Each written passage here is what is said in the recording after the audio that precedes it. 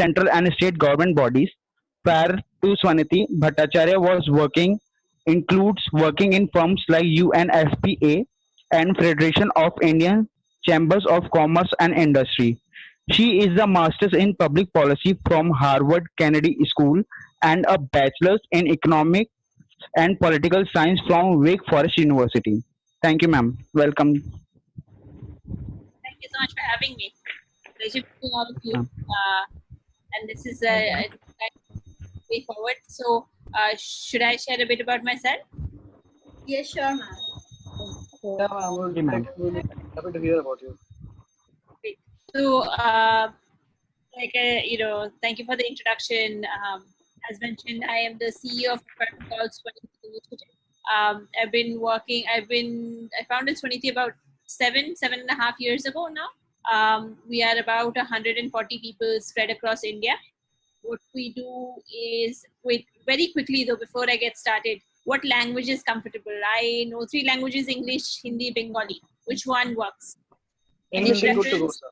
English is fine. Okay, perfect. English Okay. is really fine. Great, lovely.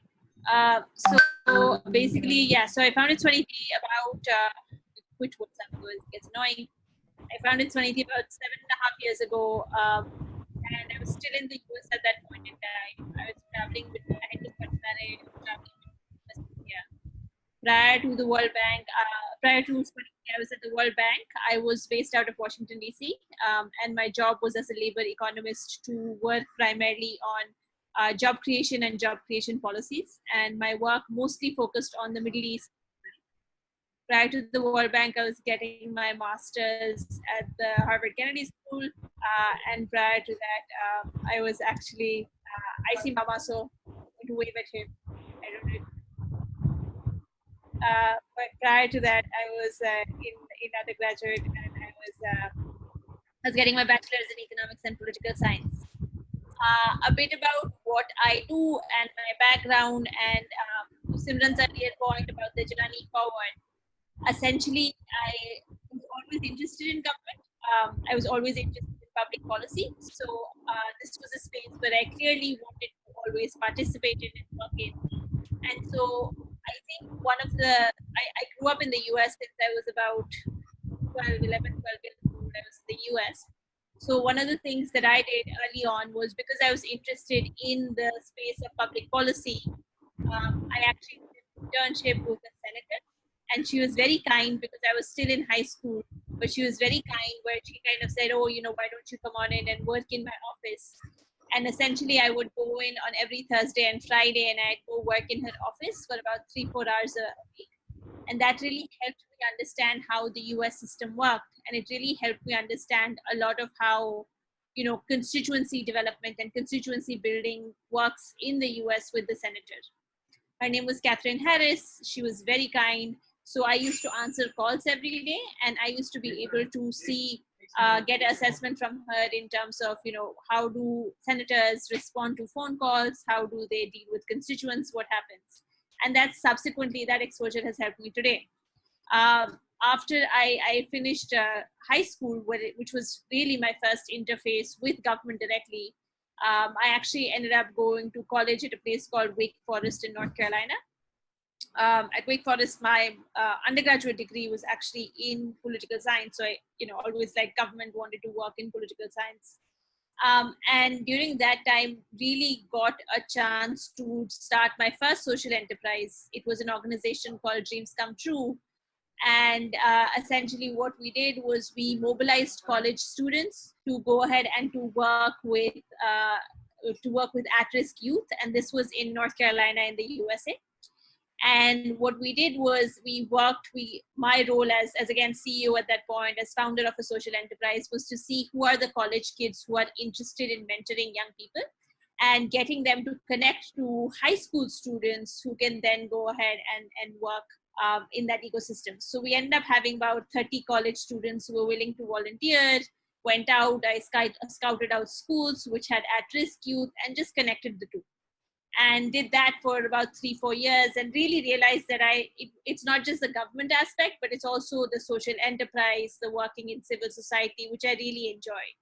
And I think a lot of what subsequently took place was to see how can I navigate between the world of government and of policy, and seeing how can I then work with civil society and do something independent. So after about 4 years at Wake Forest University, I ended up doing a short stint of about 4 months at the UN Population Fund. And that really gave me very good exposure in terms of seeing how is it that the multilateral agency like a UN works with the government. My job then was to do research on child marriage. And at that point, the government, the Indian central government, was trying to figure out whether or not to reduce the age of child marriage. A lot of what I had to do was to go and see, okay, if this were to happen, what are the social implications of that? What can the government do? What kind of pushback will a policy have? It's that, if you're 18 years old, you should get married after the age of 18. But it's not that intuitive if you go to a lot of other parts of the country where it is socially acceptable and encouraged to get married at a younger age, because they have law and order issues and security issues. And so when you look at kind of a more nuanced way, which is what the UN helped me do, you start to recognize that policy making is not as intuitive, because there is social elements, there's economic elements, there's political elements. How do you combine all of those to create effective policies? And even though it was 4 months, it was just very, very helpful. After doing that, I went on to graduate school at the Harvard Kennedy School. And those 2 years were just very, very, engaging and just very informative for me, for two reasons. One is that I was one of the younger ones in my class, and I don't know how many of you are considering going to graduate school straight out of college, but for me that was helpful. I really do think I learned a lot, and I learned from other people's experiences. But also, I think being at the Kennedy School, there was a lot of diverse students who were there. There were people who came from different backgrounds. There were people who came from different, educational backgrounds, professional backgrounds, private equity funds, hedge funds, government, civil society. And that diversity really pushes you harder to think about what it is that you prioritize, where is it that you see yourself. So the Kennedy School was just really good that way. I ended up getting a master's in public policy. When I was there, I worked with FICCI for my summer internship. And subsequently, I kind of knew that when I graduated, I was 23, and I wanted to go into a bigger institution because I wanted to get a sense of what is out there in the world. And I ended up joining the World Bank. And I worked at the World Bank initially as a consultant, and then as something called the Junior Professional Associate Program. If you guys get a chance, do check it out, especially given that the World Bank still has this program. It's no longer called the Junior Professional Associate. Now I think it's called the Professional Associate Program. But it's a very good program, especially if you're thinking of working at a multilateral agency, to get exposure to how do larger organizations give loans to countries. How do they work? What happens? How is it that the governments interact with larger organizations like the World Bank, like the UN? My job there as a associate was to go ahead and to work on labor markets. At that point, the Middle East this was right before the Arab Spring took place, which is when a lot of people took to the streets and kind of raised their voice against the governments and creating more jobs. So right before that, the World Bank was assessing this booming storm. And my job was to figure out what is it that needs to be done in terms of creating more jobs. How do you create more jobs more sustainably in the long term? And what kind of investments need to be made by a multilateral? So it was just very empowering because I got to work with senior economists who were very, very smart. And it really helped me sow the seeds of what I'm doing now, which is Swaniti, which is just getting a sense of how is it that you can set up a social enterprise that works with people. What are good ways of engaging with government? How do you go ahead and essentially get an experience of setting up an institution which has the capacity to last out its founder, which is me. So how do you kind of go ahead and set up those institutions? And I think those 2 years, the one biggest thing for is, of course, having a great boss and a manager who was helpful in helping me learn through those things. So I worked at the World Bank, and then right as I finished the World Bank, there was a personal turn. I got married, and I also wanted to start Swaniti, and they were both be coincidences. So in 2012, I left the bank and started Swaniti, which is what I do now. We are about 140 plus people spread across India. Our headquarters is in Delhi. And what I've been doing for the last 7.5 years is seeing, can we create an organization that essentially works with the government, works with state governments and works with members of parliaments to help them on the development platform. So kind of taking a step back to what I did in high school, which is work with a senator. I noticed, there was a lot of support systems which come in the US government system where senators and state governments and governors have all of the support which is there. But India doesn't necessarily have the same kind of institutions as yet. So given that those aren't there as yet, what can we create which will provide that A, knowledge support, B, just having people who are smart and talented and can work with the government, and then C, kind of leveraging this data and using it with governments. And that's essentially what I've been doing for the last 7 years, is looking at partnerships which we can have with governments, where it does the government require support, and from a public policy perspective, where can an external agency like Swaniti come in and help actually add value. So right now, everything that's going on with the COVID pandemic, what we've ended up doing is, as Swaniti, kind of thinking through and saying, what is it that the government needs help with right now most? And what we realized, for example, is that district administrations need a lot of support in pushing out the right information, in making sure every citizen has information on where there are dal bhat kendras, where there is an essential grocery store open who's supplying medical pieces. And if that is the need of the hour, and this is something which we did a very quick one-day assessment on and saw a lot of DMs push for, if that is what the need is, can we work with DMs to create those technology tools, to create that information tool and help them with this process? And that's what we've been doing. So that's one example of like what has been taking up in the last 2 weeks, is figuring out partnership with district magistrates and pushing something on the technology and the data front in creating a technology tool and creating an app. But that's a very small piece of larger work of what I have to do in terms of creating larger partnerships with, let's say, a state government in, let's say, Andhra Pradesh, who needs help with the planning process and is saying, I need to be able to have bottom-up planning where Gram Panchayats are telling me what they want to do and how do they want to, and how do I make sure that that Gram Panchayat's voice is heard. And so at that point, I kind of have to go in, have a set of colleagues who I'll go in with, and we kind of brainstorm what kind of program design do they need help with, and then help them with that. So that, in a nutshell, is kind of what I do.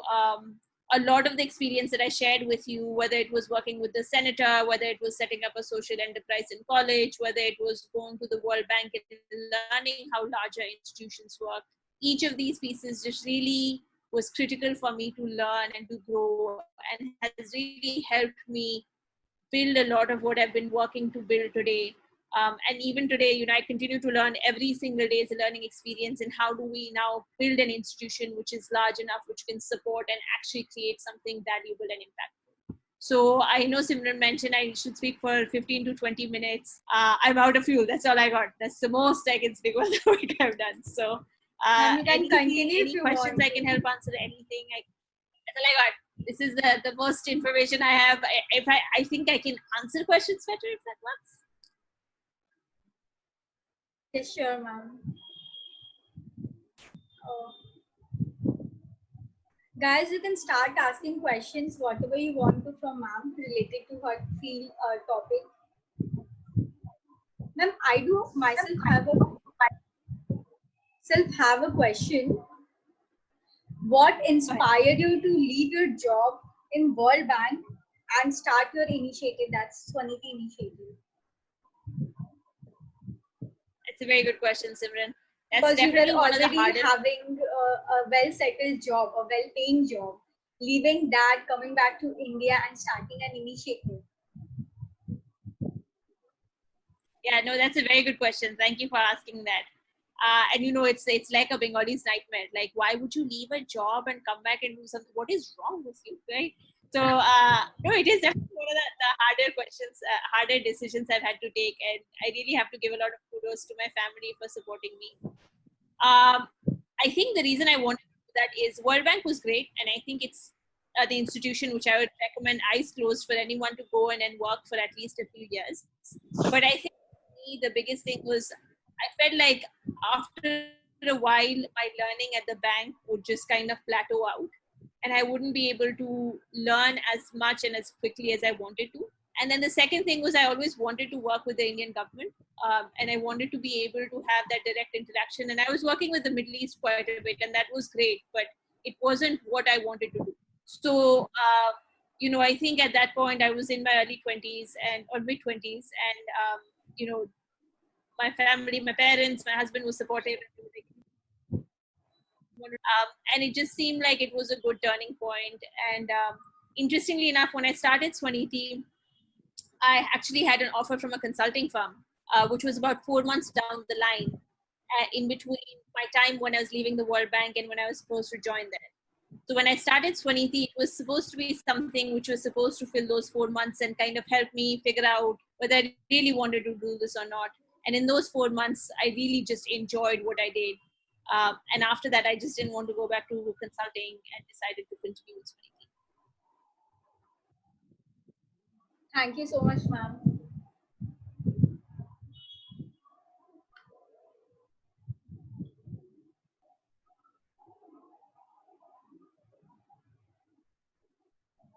Anything else I can help answer? Hi, ma'am. This is Tuti here. One thing, is it audible? Yeah, it's audible. Okay. Yes. So, one thing I would like to ask you is that how can, like, the motivation you had from your childhood, like how you can motivate someone else also, like they can also feel that no, even I can do it, something like this. Like anything you would like to say, because you just made us feel that nothing is impossible, kind of thing. Oh, I'm so Because glad. for us, getting into World Bank is really a dream. Like many of us would not even think of that. Personally, I don't even dream of that. Paucity, I'm telling you, first of all, getting into World Bank, I'm telling you, it's not that hard. You just have to kind of stay persistent. Everything and anything, being someone now approaching mid 30s, I can tell you with utter confidence is that, just stay persistent with what you wanted to do.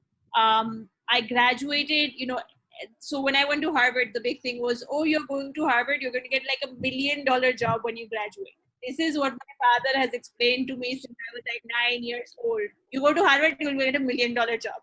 Let me tell you, no one gets $1 million job when they've graduated to Harvard, or people have been lying to me about their salaries. And I know plenty of people who graduated from Harvard, no one gets $1 million job. So I'm telling you, it's like when I told these things, it seemed to be kind of a little bit blown out of proportion in how intense these things are or how difficult it is, like a World Bank or a UN. You just have to stay persistent. It took me, I was at the Kennedy School. Once I got there, I was like, oh, job is not a problem. I will get placed anywhere I want, because my father had explained this to me since I was a child. Guess what? Took me 6 months to find a job. Everywhere I went, the first maybe 15 or 20 times I went there, they were like, oh, you're a fresh graduate. You don't really have 5 years of work experience. So why will the World Bank take you in? And what I just had to keep doing was kept knocking on doors and saying, I'm passionate. I really want to work here. I believe I can be good here. And it took me 6 months to find something.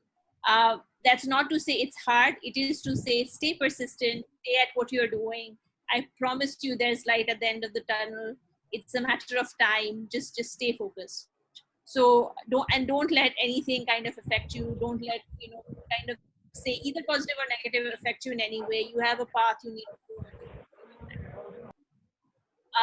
There's a question on the chat. That was really beautiful. I'm so glad. But yeah, definitely. If you want to work there. Who's stopping you? Want to go to the World Bank? You will get an email. Anyone tells you you're not good enough, take my email address down. I'm here. Telling you the wrong thing. Oh, it was so sweet of you. Thank you. Absolutely. There's a question on the chat, which is, was it satisfying that you left the World Bank? Adit, I think, asked this question. Adit, are you there? Okay, I see Adit. Yeah, I mean, Adit, I think to answer what I can understand is you're asking whether or not I was satisfied leaving my world at the job at the World Bank. Yeah, in retrospect, absolutely. I don't question that decision at any point in time. I think it was a great decision. I learned a lot. I would never go back and say I don't want to go back to the World Bank. I think it was a great 2 years. It was outstanding. I learned a lot. I could in Washington DC, make some truly wonderful friends, have some truly incredible mentors. But there was a time for that for me, and that is not to say there is a time for everyone. There are people who work at the World Bank for 40 years that I've known, and I'm glad they do that, and that is good for them. But for me, it was 2-3 years was good enough. I think I worked 2.5 years. That was good enough. I was good enough. And I absolutely have loved what I do at Swaniti. I wouldn't change that even for Ma'am, So, one of our volunteers has a question. How does the data science work in case of the cause and the government's view? how does the data science work in the case of governments? Cause and the government's views. How does the data science work in terms of government schemes? So how is that correct? Yes, ma'am. Yeah, so the government, when it comes to data and the government, it is essentially a vast, relatively unexplored. Like, which is very ahead in terms of using data for everyday decision making, or let's say certain US cities who really use data a lot. Right now, there isn't as much that we do within the Indian government beyond kind of measuring who's getting access to programs or how much money has been spent. So from a data science perspective, given the amount of information which we have coming in, there's just so much potential. So let me give a tangible example. In Rajasthan, for example, the government has been collecting data from every patient who goes to a government healthcare center for the last 3 years. They've been so pummeled with everything that they're doing, they haven't had a chance to really sit down and analyze how the data is working. What does it mean? Where are the patterns where there's an opportunity in terms of improving healthcare centers? And I think roles like data scientists can just be so powerful because they can really affect decision making and they can really help drive a lot of conversation and policy discourse for governments, especially one as big as India. So I think there's tremendous potential in terms of data scientists getting to work with data which is already available. And if the government feels comfortable to open up even more data sources, I think, the world is your oyster in terms of just creating an impact.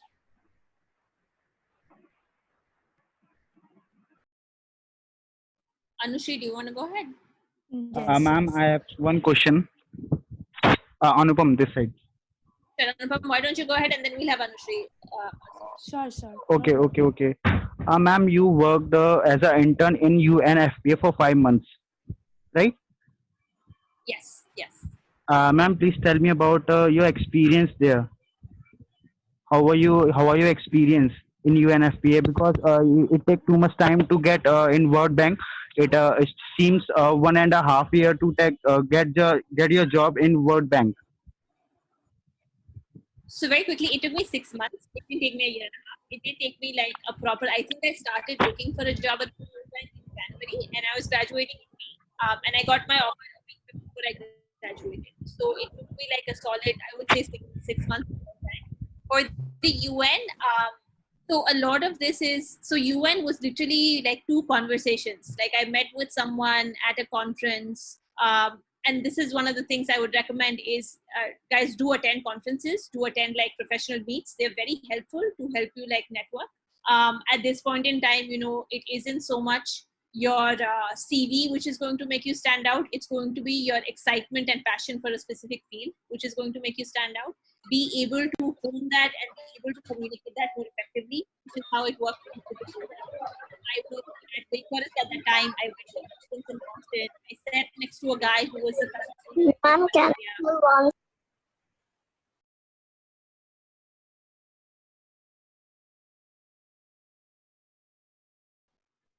okay, so yeah, I sat next to a person who was the country director for the India office for UN, and he was like, "Oh, are you interested in the UN?" And I was like, "Yes, of course." And he's like, "Yeah, I had this organization called UNFPA. Why don't you send me your CV?" And I think literally the way that this conversation started was, I think I'd written a paper about UN about population issues and population crisis and what can be done and what can't. And so immediately kind of, he saw something, I assume. I just got lucky, perhaps a little bit of both. And he just immediately was like, okay, send me your CV, I will connect you and you will have an internship. And so it wasn't something, I mean, I knew I wanted to work at the UN. I knew I was getting out of college at that point in April, and I had till September. And so I just went and had a conversation with him, and that was that. So, I think, with the World Bank, comparing that to UN, I just got, in both places, there's a component of luck, but there's also a component of making sure you're putting yourself out there, making sure that, you have your CV ready, your pitch ready, your ability to communicate what you're passionate about ready.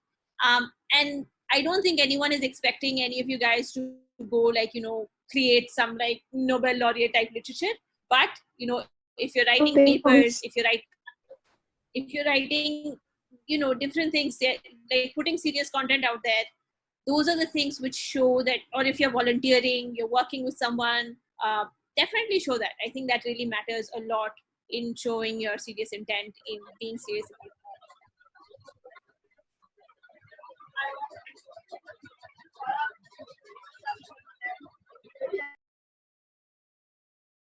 Okay. So can I go next? Go ahead. Yeah.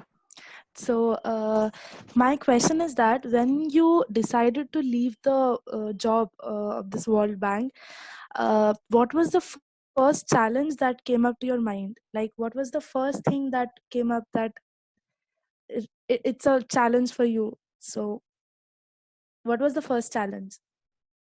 Sure.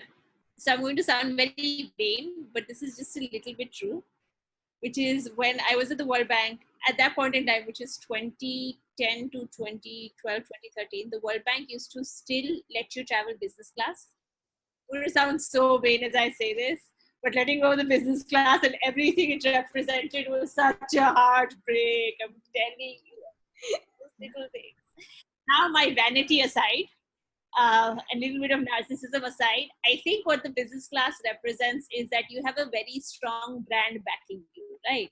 So when I left the World Bank, you worked at the World Bank, so to most people, it was automatically, oh yeah, you should be smart and you should actually have some capabilities. And so when I left that, and then it was like, oh, what do you do? And I was like, oh, I have a social enterprise called Swaniti, and people. And I think being able to fall from oh, you have this brand on your CV and you're traveling business class and you're sitting on these meetings, to now having to establish yourself all over again. I think that was pretty hard. That was a challenge. And having said that, I think I learned a lot more in having to establish myself for being myself as opposed to having a brand that backs me. It taught me a lot more in the longer term, for sure. Okay, thank Ma'am, you. hi, ma'am. I have a question revolving around your World Bank experience. So, given that we are Indian kids, we have a very hard time changing the things, like taking a decision by ourselves, we would say. So, how long did it take? Like, how long did you take to make that decision? Like, no, I will leave it. I'm for sure. Like, how long did you fight with yourself for that thought? So I think, two things. I have, by nature, I think my family is generally very supportive and very I think daredevilish. Like they're like, okay, go do what you want to do. So it's like they almost nudge you to be okay, you want to go out and you want to start something, do it. And there's it's great, but then there's always oh, I have to do something now. So it's something which of course I'm sure Mama would agree with. Is they'd absolutely be go do this, and that really helped me actually. I was kind of on the fence. I was I kind of want to do this, and I talked to my mom about it, and I talked to my husband about it, and they're like, this is great, do it. And so I'd call my mom up again, and she'd be like, it's been 2 days, you haven't done anything. What's happening? You had all of these ideas, all of these things to me, what is happening? So I think a lot of decision for me was not just about who I was, but also the environment I was in, which has always been if you plan on doing something, do it or don't talk about it too much. So in terms of exiting the World Bank, that was something which, it was it was going to happen in any case. And then I think when I said, what is it that I want to do in between the 4 interim months of having left my job and starting a consulting job, they were like, well, if you really want to do this and if you're really passionate and you've talked to us so much about it, then why aren't you moving on it? Okay. That's really great. We need that kind of attitude in us, I guess. Thank you, ma'am. Ma'am, Absolutely, thank you. Shubham wants to ask a question that he is from journalism and mass communication student, and he is interested in public relations. He always want to work with UN and other such institutions. What can be his future plans or any tips that you want to give him? Absolutely. So there's one thing that I'd say is, if you're interested in the World Bank, the UN, all of these places, start connecting with people in that ecosystem. Start, sending out emails. And I literally did this. I would cold call all the people that I knew. So I think when I was looking for a job at the World Bank, I think I sent some like 70 or 80 odd emails, which was saying what my background was, saying I wanted to pick up the phone and talk to them, saying I would be happy to come meet with them. The great thing about the UN is that they have regional offices almost everywhere. I'm sure they have a few in Calcutta. I know they have a few in Calcutta. They also have others in Bhubaneswar. Every state has a UN office, I think, with the exception of some union territories. And what I do is I kind of recommend you guys actually email them and start having conversations. A big mandate of the UN right now is to actually have young voices come in and be at the decision making table, which means that as opposed to 10, 12 years ago when I was emailing them, their appetite for responding to me would have been much lower than for you. So what I'm trying to say is that there is going to be a lot more appetite to engage with you, to understand what your opinions are. So I'd strongly recommend that if you're interested in multilaterals, go out, send out an email. If they don't respond to your email, then do not be shy of picking up the phone and talking to them. Figure out, for example, you said, mass comm is what your master's is in. If you're a mass communications and journalism person, then an advocacy and communications unit is going to be who's going to be looking at you. So figure out who the person on advocacy and communications in various UN offices are. This information is online and their email addresses are online. Think of what UN you also want to join. Is it UNICEF? Is it UNFPA? Is it UNESCO? Who is it?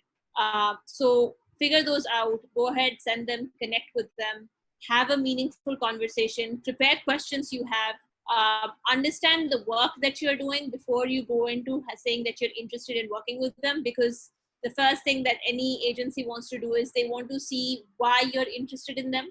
So be able to communicate that to them, and then go ahead and share, this is my CV, this is what my background is. If you're looking at the UN, and that's different from the World Bank, the UN helps a lot if you have grassroots or some volunteer experience with other NGOs, because they do like that as part of the CV for the most part. So I would recommend kind of seeing if you can volunteer with people, or if you can highlight that, or if you can write. If you're, for example, again in advocacy and communications, then have you written any opinion pieces on, let's say, a Youth Ki Awaaz or a Scroll or a Huff Post? Can you showcase that? So look at kind of building your background in that way and then reaching out to the UN agencies. Hopefully that helps answer. Yes, ma'am. Thank you. Ma'am, one more question is that Devashish wants to ask that how can we connect with UN? So like I said, I think the very basic and immediate way, any recommendation right now, anything would work, is you have to shoot an email out. So structure out an email, and it's a very standard way of structuring out an email is, you figure out what is it that you have in background in. So like I said, if you're communications, then it works sense to look at the communications or the advocacy unit in the UN. The second is, once you're able to figure out your unit, then go ahead and see who is the person who's the head of that. They call them the unit chief. So see who the unit chief is, and that's usually on their website. And so once you're able to do that, then go ahead and reach out to them and have a conversation. So for example, Calcutta will have the East India UNICEF unit chief sitting there. I don't know who that person is, but I know there's a designation like that. And so what you want to do is you want to go ahead and be able to reach out to them, have an email ready that you can go ahead and send out to them, which has your background, which has your CV. Also now more than before, you guys need to have like a LinkedIn presence or a professional network presence. Make sure also your Facebook is clean, your Twitter they're interested in speaking to you, they will do that background check now. So definitely go ahead and make sure you have those pieces which are clean, and then reach out to them, schedule a call. Just ask them for a call. Don't necessarily, my recommendation, my personal recommendation, this is not, standard industry rule or anything, is to ask for a call before you suggest that you're interested in working with them, because that tells them that you're interested in them and not just a position. So I would strongly recommend that you schedule a call and say, hey, I really wanted to just know more about your work and tell me what you are thinking, what is the direction, the strategy for communications, and where you want to go. So having that conversation, and then after that conversation saying, I really enjoyed speaking with you, I really enjoy your work, and this is why I'm a good fit for you, it's a much stronger case. Thank you so much, ma'am. Ma'am, Stuti wants to ask that, as you said that Facebook should be clean. So could you please explain a bit in details what does that clean means? Yeah, so this is a little bit trickier because I know like a lot of this is a bit of gray area for me personally, but I know that a lot of graduate schools are looking at this. So if you're applying to a university in the US right now, for example, one of the things that they do end up doing is they have these firms they hire that go out and check your Facebook profile, and they see what you have posted and are you posting content which is appropriate. Now, for example, I had a classmate who got into the Kennedy School, but then her candidacy came in trouble because she was posting some very contentious content in terms of being very kind of politically radical, is what they qualified her for. Because apparently she was posting a bunch of things which were anti-government, anti-institution, and she was posting her own Facebook thing, YouTube videos, which were very considered to be very anti-establishment, and that really got her into like the university reconsidering her candidacy. I know it's again, it really is like people can't be judged on their personal thinking, and there's a whole kind of chain of thought about free thought and how do you go ahead and discriminate against a person. I am not prescribing to any philosophy. I'm just saying this is something which is happening right now. Is people are checking Facebook and Twitter profiles in addition to LinkedIn profiles, and kind of seeing what people are thinking. So if you are looking at professional positions, I know we do this. I will go in and make sure nothing out of the ordinary is there, and like nothing crazy out there which is there is on a profile of a person who's being considered for a senior position, just because want to make sure that people who you're putting in front of other partners, donors, clients, whoever, whatever you're putting them in front of, has a certain way of presenting themselves, and social media is now seen to be an extension of how you present yourself. Thank you, ma'am. Ma'am, what was the response you got after coming back to India? Like how was India after you came back from the US? The same or an updated version of itself? So I think, I was fortunate enough where I would keep going back and forth between India and the US. So I don't think I left India in the 90s and came back to like a 2012 India and was like, what is happening? Like that kind of shock didn't happen to me because I was a lot. I think, it was interesting because I was in the government space, and when you're in government and policy making, a lot of what you hear is like, India has very India specific problems. And so you should be able to address that India specific context. And so I think, for me, two things. First of all, I didn't have to come back overnight, as in I didn't have to like kind of pack my stuff and come back in. My husband was and continues to live in the US, so I would travel. So I kind of had that smoother transition time between when I was in India and when I was in the US, and I still continue to travel back and forth a bit. So that helps me quite a bit in terms of being able to navigate both worlds, not have to leave one base or another completely. Having said that, I think, spending more time in India and now certainly spending a majority of India, I think what I had to realize was how nuanced the country is and how important it is to be truly and deeply ingrained in what India is. So I'd go to a government office and they'd be like, "Aap kabhi gaon mein gaye ho?" And for the first 2 years, I was like, "Gaon mein gaye ho? What are you talking about?" And now if you ask me, "आप कभी गांव में गए हो?" I'm like, "कौन से गांव की बात हो रही है? पागल की बात हो रही है, गोड्डा की बात हो रही है, कौन से गांव की बात हो रही है?" Right? And you're like, "You want to talk about rural India? Let's talk about rural India." And having that credibility and having that confidence is something which I had to build up was not that easy initially, because the perception, especially when you are in something like policy, you can't do this sitting in Delhi. And I agree with that. I don't think you can do policy making or work in Delhi. Just having been in Delhi, you have to be able to travel the rest of the country. So that was one of the big things that I learned, is go out there, go to the Gordas of the world and understand what's going on. So, ma'am, does personal political viewpoints come under what we spoke about Facebook, like keeping Facebook clean, not posting anything related to political viewpoints? Does personal political viewpoints comes under that? See, again, the gamut is very broad, right? Like if I don't think just personal or political points should be an issue. Honestly, all of us have an opinion, or should or have, or do have, however you want to look at it. Most of us have an opinion on politics, on what's going on, and whether it's right or wrong.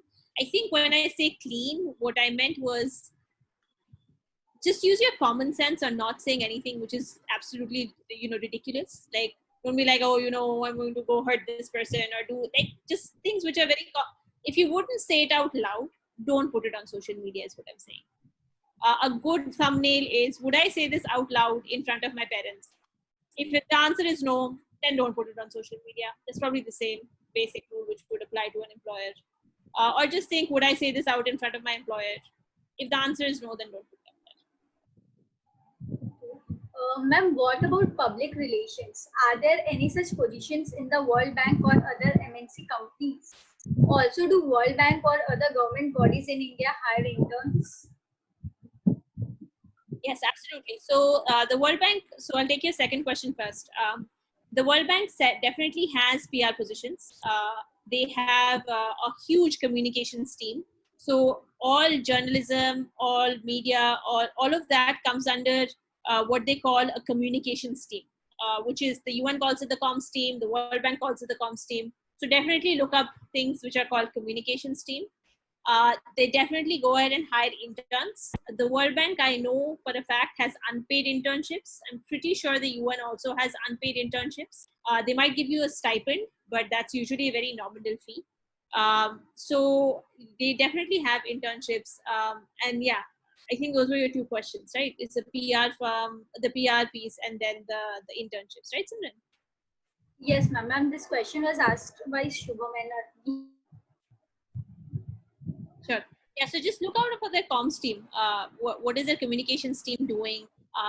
If you can, also look at if you can get like experiences of working with Indian newspapers a little bit as well, or with, let's say, a huge thing which is now coming out is citizen. Well, it was always big citizen journalism, but getting young people to cover a lot of voices.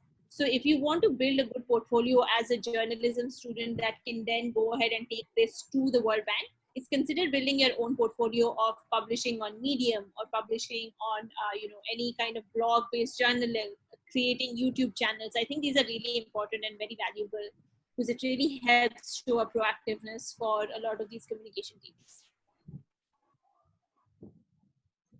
Thank you, ma'am. Ma'am, what about internship in Indian government? Oh, yes, sorry, you asked about that.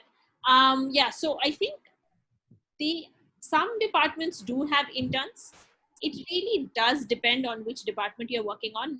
There is no standardized internship, like the World Bank has a very standard internship process. The government, and I'm thinking specifically of the central government, and I'm specifically thinking of departments like, let's say, the RD, Rural Development Department. I don't think they have a standardized. I've never heard of anyone, but the government is now opening up. What they have are programs like, check out Niti Aayog's Young Professional Program. State governments are increasingly, like Jharkhand state government, for example, opened up a program where they were taking in fresh college graduates, and I think they were calling it like the analyst program or something.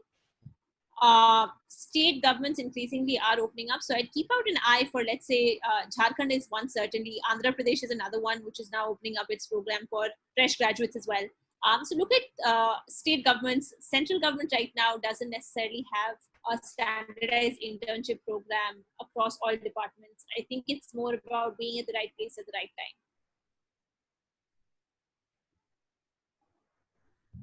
Thank you, ma'am.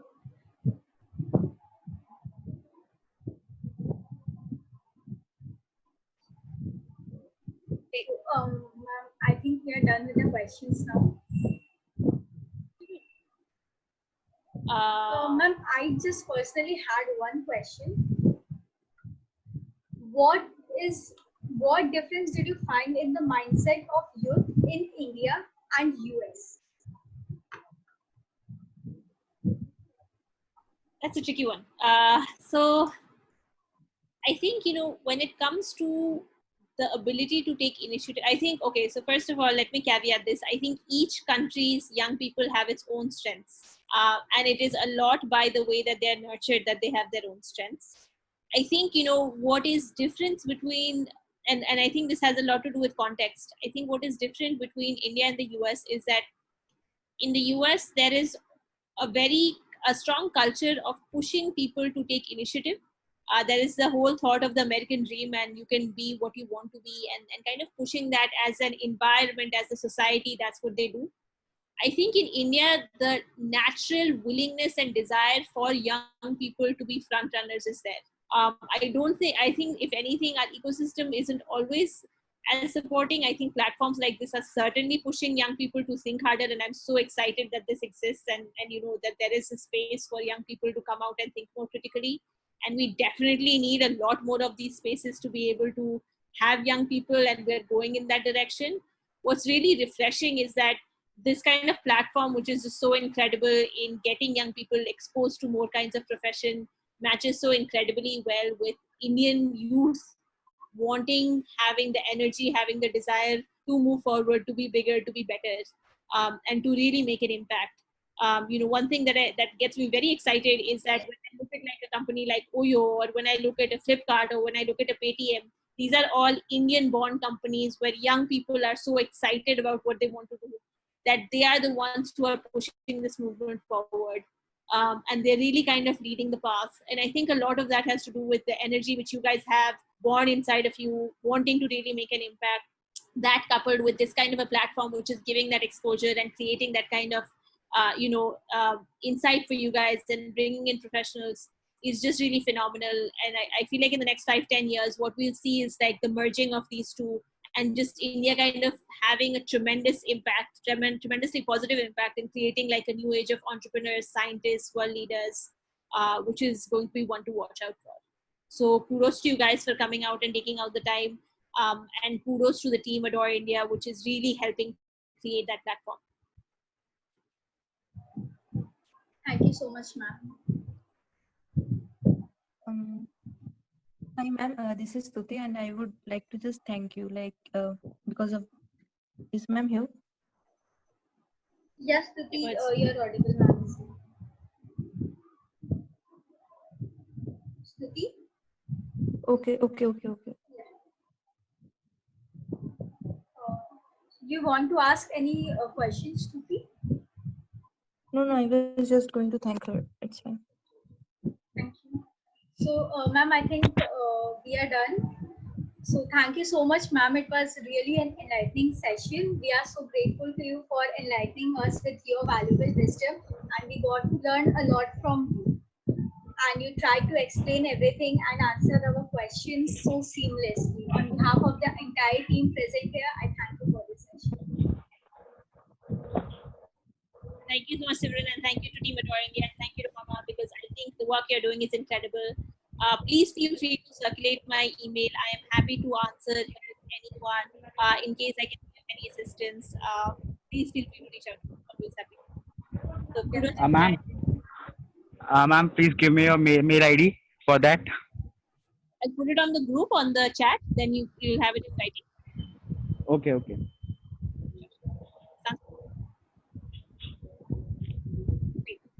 Thank you so much, guys. Thank you for having me. Thank you so much, ma'am. Thank you, Simran. Yeah, pleasure.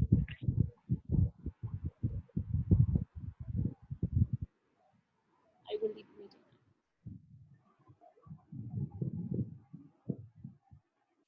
Thank you everyone for being here, and I request all of you to please share your feedbacks for this session. Thank you.